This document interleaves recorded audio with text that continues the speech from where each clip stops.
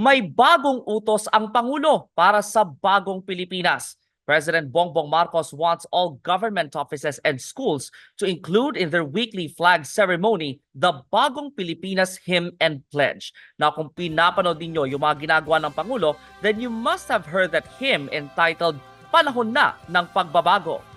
Panahon na ng pagbabago, dahil sa ito'y kinakailangan.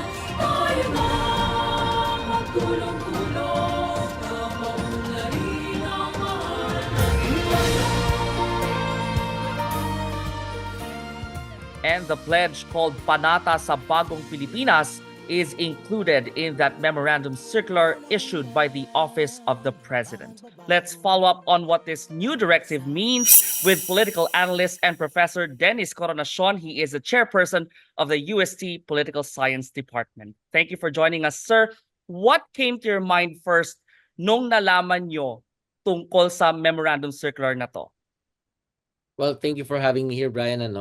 Attempt ito ng ating kasulukuyang administrasyon na siguro i-mobilize yung mga Pilipino upang tumulong sa ating pamahalaan sa kasalukuyang administrasyon na maisakatuparan yung yung agenda nito. Kung ano man ang agenda ng Marcos administration.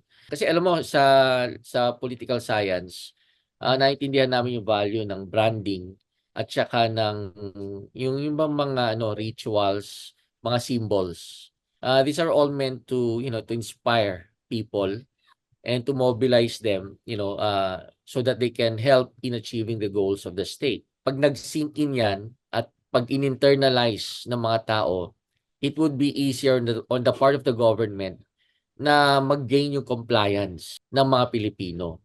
Pero doon pa lang sa mga ginamit na salita nung kanta na yon, yung hymn at saka yung pledge. Ano bang gusto mong pagbabago? Diba? Kasi the way I see it, kung ako yung mag-i-initiate ng pagbabago dahil na-inspire ako ng kanta at ng pledge.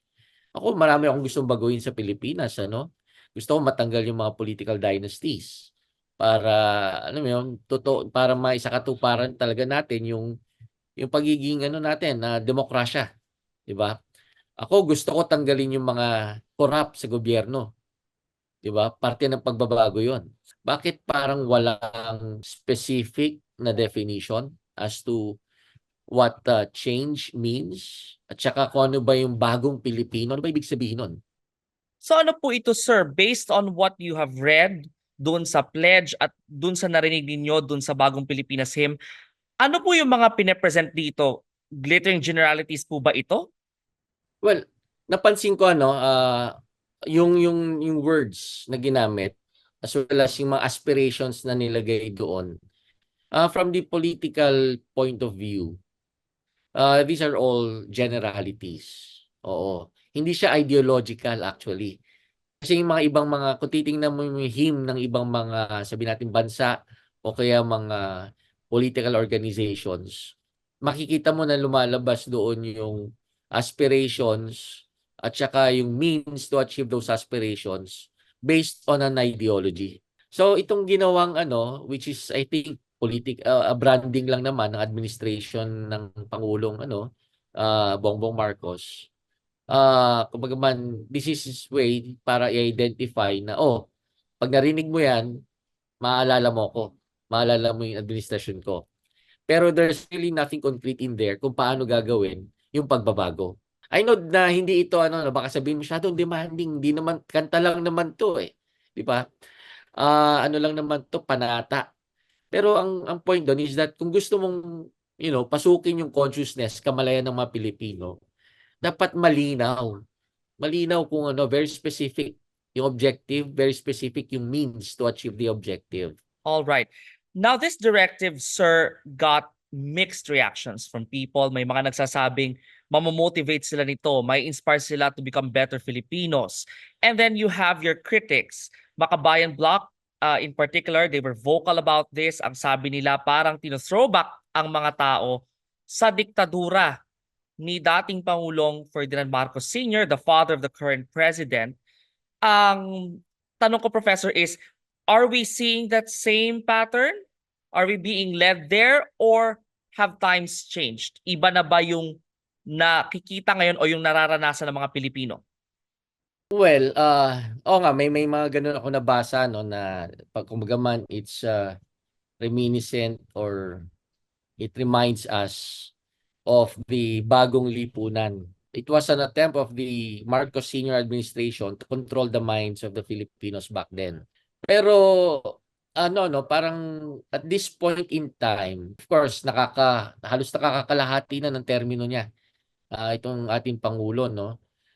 So far naman wala tayong makita na very strong resemblance between the son, the leadership of the son, yung kanyang governance style, and governance style and leadership style of the father. Maaari, it's possible yung ganyang haka-haka, pero so far, what the data are showing are not leading to that conclusion. Yes, and by the way, Professor, di ba, PBBM is not the first president to have his own brand of governance. Kahit yung mga nauna sa kanya, may kanya-kanyang tagline yan, may kanya-kanyang slogan.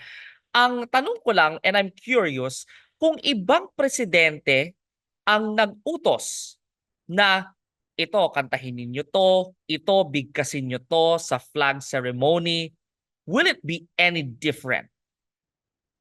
Well, I think it would also elicit reactions from the public. Kasi alam mo naman, kapag may ini-introduce ka na bago, parating pag-uusapan. But of course, every president, the public would have a different reaction.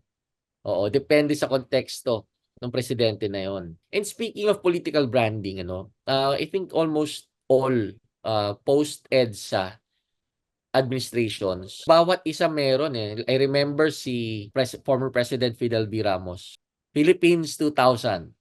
Tapos kay ERAP, political ano yan eh, parang election campaign niya yun eh. ERAP para sa mahirap. Tapos kay GMA naman, Strong Republic. Tapos kay kay former President Noynoy, I think it was about good governance. Parang ganoon. Kay President Duterte, wala siyang slogan eh. Pero alam mo naman, itsura pa lang niya. Tsaka yung mga speeches pa lang niya, andun na yung branding eh. Di ba? So, almost all meron na president, meron ganyan. Kaya nga lang, if I remember clearly, siya lang, yung kasalukuyang presidente lang, ang nagkaroon ng hymn at saka nagkaroon ng pledge. Oo, he has gone as far as creating a hymn and a pledge.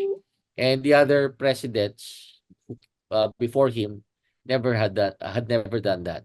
Will this bring about any change? May effect po ba ito sa quality of governance ng Marcos administration?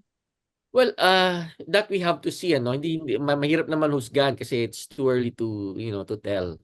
Pero alam mo, parang nag-soft launching na yan eh. Naalala ko, parang last year, na na-introduce na sa atin yung bagong Pilipinas na branding.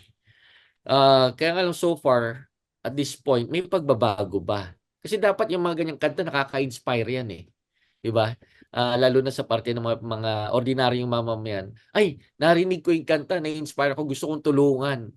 Gusto kong tulungan yung mga or even the government employees. Pag narinig ba nila yan, kinanta nila yan during their flag ceremony every Monday, tapos nagpanata sila yung pledge na yun, titigilan na ba nila yung kanilang pagiging corrupt? It's nice to talk about change. Kaya nga lang, just the same, I hope that this is not going to be used as a mere propaganda. Sana ang isipin ng mga Pilipino, habang binibigkas nila yan, totohanin ng pamahalaan yung sinasabi nila na pagbabago. Hindi naman porke gumawa ka ng ganyang lyrics, ng ganyang kanta, sigurado na yon ang resulta maganda. Diba? There's also another possibility na negative yung resulta despite the fact na gumawa ka pa ng mga kanta at pledge. At babantayan natin kung anong klaseng pagbabago ang mangyayari sa mga susunod na araw at buwan. But for now, we have to say thank you to political analyst and Professor Dennis Coronacion of the UST Political Science Department. Sir, maraming salamat sa inyong oras. Truly appreciate it. Thank you, Brian.